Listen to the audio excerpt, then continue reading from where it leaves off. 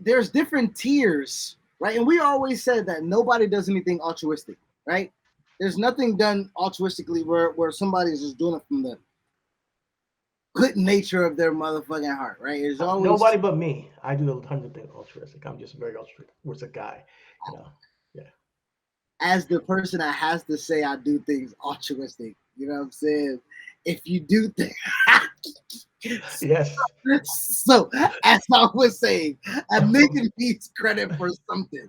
I now Give me my flowers. this company is Make a Wish, Be a Star, all these community, Special Olympics, Counters Cure, all of these things to kind of cover up the stench and the stink of what the inner bellies of this company actually is. And like you say, the 80s cover up murder, the 90s steroids thing, the 2000s of hey, we're just gonna put a whole bunch of shit to the wall and just like I mean, but you look at wrestling also mirrors society, correct? So Yeah. listen, there was going to be a matter of time when you see a motherfucker Harvey Weinstein get caught up and somebody in wrestling was going to get speak out movement came out and we saw a lot of wrestlers get thrown up. But hey, you think niggas don't abuse their power? You know what I'm saying? Absolutely. Like, you know what I mean? Like this is a classic case of my money can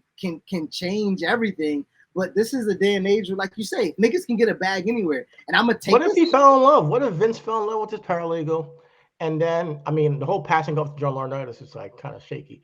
But So I ain't fall in what if love with you if I'm passing you off. I can tell you I that. don't know? Hey, that's white guys do that. I'm not gonna lie. I'm not sure if black men pass off people they fall in love with, but white guys, I'm not gonna put it past them. But Hey when it there, comes to Becky. I love you, but Johnny needs some of that ass. but I don't know when you get to that level of success and wealth, you like something, you see something, a nice little cute girl, you guys start to talking, start to chatting, you take her out, or you say come over to the Connecticut compound, and you guys will talk some business, some legal Vince does business. so much shit. He just fucked her in the helipad, bro. That's what I'm trying to tell you. Like, she got through. It's quickies. Like it's quickies. I can guarantee you, it's like not no rendezvous, Because right? he's You know what busy, I'm he's a saying? busy Like, man. yeah, Vince is not motherfucking taking vacations to motherfucking But my Santeria point and is this. shit. My point is this, and that's what I was getting to. It's not that like he's falling in love or anything like that, but what if it's consensual at least? Because listen, people act like women don't like quickies. They do. And if she wanted a quickie with Vince McMahon, but then she's getting fired like subsequently later on in years, he's putting out this NDA like, hey, listen, I know we had something that went down, but I need you to not talk Bro, about it in NDAs are public. usually signed before everything happens. So what I'm saying is a non-disclosure agreement saying, hey, I'm not just gonna go out here willy-nilly saying I'm fucking Vince McMahon. Correct. Yeah. But if Vince McMahon makes me feel uncomfortable, if Vince McMahon makes me feel right, and that's where we're out, right? That's again, this is Deshaun Watson.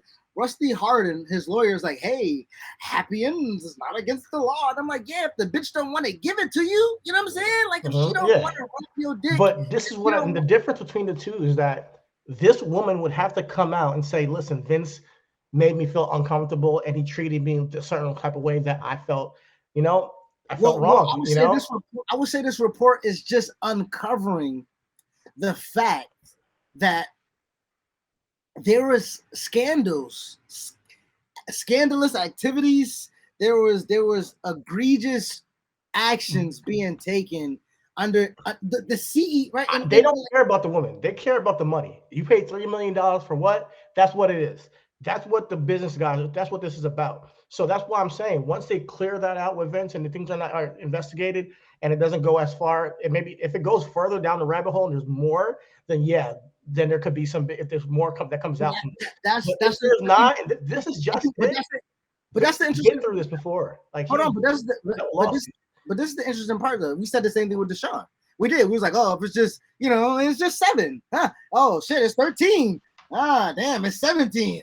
I goddamn 23. That was 66, nigga. Like when the But avalanche start, nigga, it starts. yeah, yeah, and people are tweeting already. Listen, if you've been through something with Vince, speak up now, and we'll see. That's all I'm saying is we'll see. I'm not saying that. I'm saying as it stands right now, people saying, "Oh my God, Vince is gonna lose the or he's not gonna be in charge. Oh, he might die." Oh no, I that's think what I said. That's we're what I said. I said that. I'll take that one. I say Vince. This might be the era of Vince dying, and I say only this because listen, I think the only thing keeping that motherfucker up is that he running the company. You know what I'm saying? I think the only thing that keeps that nigga, and there's like, oh, Vince not gonna see heaven, bitch. He the devil. Of course not. You know what I'm saying? He don't give a fuck about that. He just trying to stay alive, to torture motherfuckers. You know what I'm saying? But I think this is the only thing that can really get him out the paint is if the board says, hey, you're hurting. And this, listen, and this is where we talk about everything, cheating, business. Will the motherfucking stock market determine the move? Because if that shit don't move, Vince ain't gonna move, right?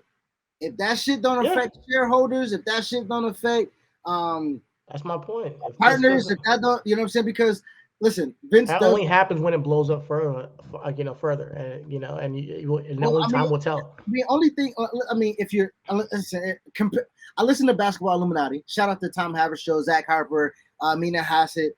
They have a show where they just deep dive into conspiracy theories within the game of basketball. Listen, Stephanie steps down.